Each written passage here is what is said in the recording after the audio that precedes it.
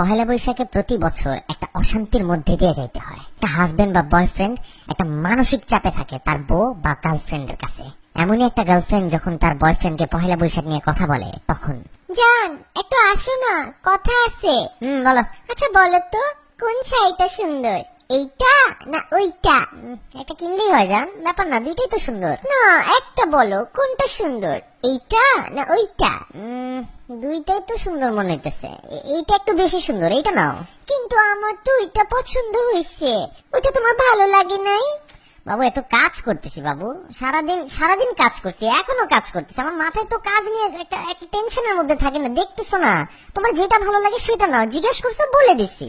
কিন্তু তুমি যেটা বলছো ওইটার তো দাম বেশি, আর আমি যেটা পছন্দ করতেছি এটা ওইটার থেকে একটু কম দাম। আরে বাবা যত দামই হোক নাও না বাবু, ভালো লাগলেই নাও, দাম দিয়ে কি, যেটা ভালো লাগে ওইটা নাও। বলো না কোনটা নিবো, এমন করো কেন?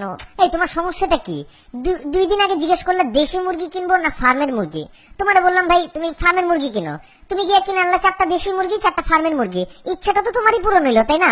তারপর জিজ্ঞেস করলা লাল শাক কিনবো না পালং শাক কিনবো, ভয়ের চোটে কোনো কথাই বলি নাই, কিনে আনলা লাল শাক, যদি বলতাম পালং শাক তাহলে দুইটাই কিনে আনতা। আজকে আবার শুরু করলা শাড়ি নিয়ে, পাইছোটা কি আমার তুমি? ও মা, একটা শাড়ি কিনবো তোমার জন্য, সাজবো তোমার জন্য, একটু সুন্দর হব, একটা পয়লা বৈশাখের একটা ফিলিংস আছে না, একটা ঝাঁকানাকা আছে না, সেটাও কি জিজ্ঞেস করলে দোষ? কথা তো একটা শাড়ি পর্যন্ত লিমিট থাকতেছে না। আমি কি তোমার কোনোদিন জিজ্ঞেসি জান কোন জিন্স পরবো, কালো না নীল?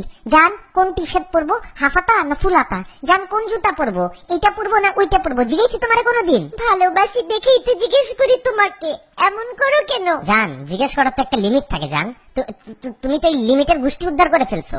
আমি তো ফোন কিনছিলাম কাজের জন্য, কিন্তু আমার মোবাইলটাকে তুমি একটা দোকান বানাই দিছো। কোনোদিন যদি আমার ফোন চেক করো মনে করবা অন্য মেয়েরা পিক পাঠাইছে, ওইটা নিয়েও একটা গ্যাঞ্জাম শুরু করবা, এটা কে পাঠাইছে, এটা কবে পাঠাইছে, না আমি তো পাঠাই নাই, এত পিক পাঠাইছো তোমার নিজেরও তো মনে থাকবে না কোন পিক তুমি দিছো। আমার লাইফটাতে তো একটা দোকান বাজার বানাই দিতেছো তুমি। এত সিম্পল একটা ব্যাপারকে এত বড় করতেছো তুমি। 2টা শাড়ির কথাই তো জিজ্ঞেস করছি। তোমার কাছে সিম্পল লাগতে পারে জান, আমার কাছে তো সিম্পল লাগতেছে না। তোমার কাছে 2টা শাড়ি, আমার কাছে তো 2 কোটি শাড়ি সমান লাগতেছে। বলতেছি এটা কেন, তুমি বলতেছো ওইটা কেন না। তখন যখন বলি ওইটা কেন, তুমি বলতেছো এইটা কেন না। মানে শাড়ির মধ্যে তো হাজার ধরন দেখো তুমি একটা শাড়ির মধ্যে। তোমাদের মেয়েদের মতন তো এত নিখুঁত চোখ আল্লাহ আমাকে দেয় নাই। তোমার কারণে প্রতিদিন একটা আতঙ্কে আমি বাস করতেছি। এমনি বলতেছো কে? আমি কি এতই খারাপ? তোমার জন্যই তো সাজি। কিসের এত আতঙ্ক? কিসের আতঙ্ক মানে?